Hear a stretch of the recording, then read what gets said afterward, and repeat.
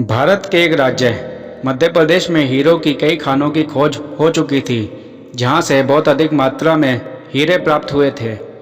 वहां के एक गांव में रहने वाले एक किसान ने उन लोगों की कहानियां सुनी हुई थी जो हीरो की खान खोजकर अमीर बन गए थे।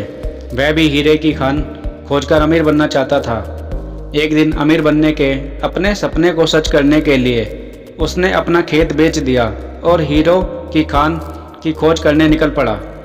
मध्य प्रदेश के लगभग सभी स्थान छान मारने के बाद भी उसे हीरो का कुछ पता नहीं चला। समय बीतने के साथ साथ उसका मनोबल गिरने लगा।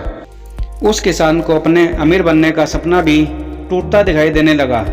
वह इससे इतना निराश हो गया कि उसकी जीने की इच्छा ही खत्म हो गई। फिर एक दिन उस किसान ने नदी में कूदकर अपनी जान दे दी। वहीं दूसरी तरफ वह दूसरा किसान जिसने पहले वाले किसान से उसका खेत खरीदा था, वह एक दिन उस खेत में हल चला रहा था तो उसे ज़मीन में से एक चमकदार पत्थर मिला। किसान ने झुककर वह चमकदार पत्थर उठा लिया और अपने घर ले गया। वह एक चमकदार खूबसूरत पत्थर था। उसने सोचा यह सजावट के काम आएगा और उसने उसे अपने घर के मुख्य अतिथि वाले कमरे में सजा दिया। काफ़ी दिनों बाद उस किसान का एक दोस्त उससे मिलने उसके घर आया तो वह उस पत्थर को देखकर हैरान हो गया। फिर उसने किसान से कहा, क्या तुम इस पत्थर की कीमत जानते हो? किसान ने जवाब दिया, नहीं, मैं इसकी कीमत नहीं जानता। फिर किसान के दोस्त ने कहा, मेरे विचार से यह एक हीरा है। और किसान के दोस्त ने यह भी कहा, शायद यह अब तक खोजे गए हीरो में सबसे बड़ा हीरा है। किसान यह सुनकर बहुत खुश हो गया और उसने अपने दोस्त को बताया कि यह पत्थर उसे अपने खेत में ही मिला है, वहाँ ऐसे और भी हीरे हो सकते हैं।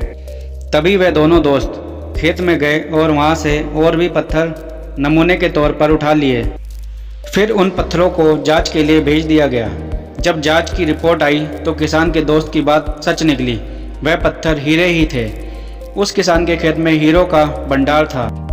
वह उस समय तक की खोजी हुई सबसे कीमती हीरे की खादान थी। दूसरा किसान उस हीरे की खादान के कारण मालामाल हो गया। वहीं पहला किसान ने हीरे की खोज में भटकते भटकते अपनी जान दे दी, जबकि हीरे की खान उसके अपने खेत में उसके कदमों के नीचे थी। दोस्तों, ऐसे ही हम भी सफलता प्राप्त करने के लिए अच्छे अवसरों की तलाश में भटकते रहते हैं और उन अवसरों को पहचान नहीं पाते जो हमारे आसपास ही छुपे रहते हैं। अतः इस कहानी से हमें यह शिक्षा मिलती है कि हमें जीवन में सफल होने के लिए आवश्यक है कि बुद्धिमानी और परख से अवसरों को पहचानें और उन अवसरों को गंवाएं नहीं। अगर यह कहानी आपको पसंद आई हो तो कृपया लाइक कीजिए, शेयर कीजिए और सब्सक्राइब कीजिए ताकि मैं और भी मोटिवेशनल कहानी आपके लिए ला सकूं। धन्यवाद।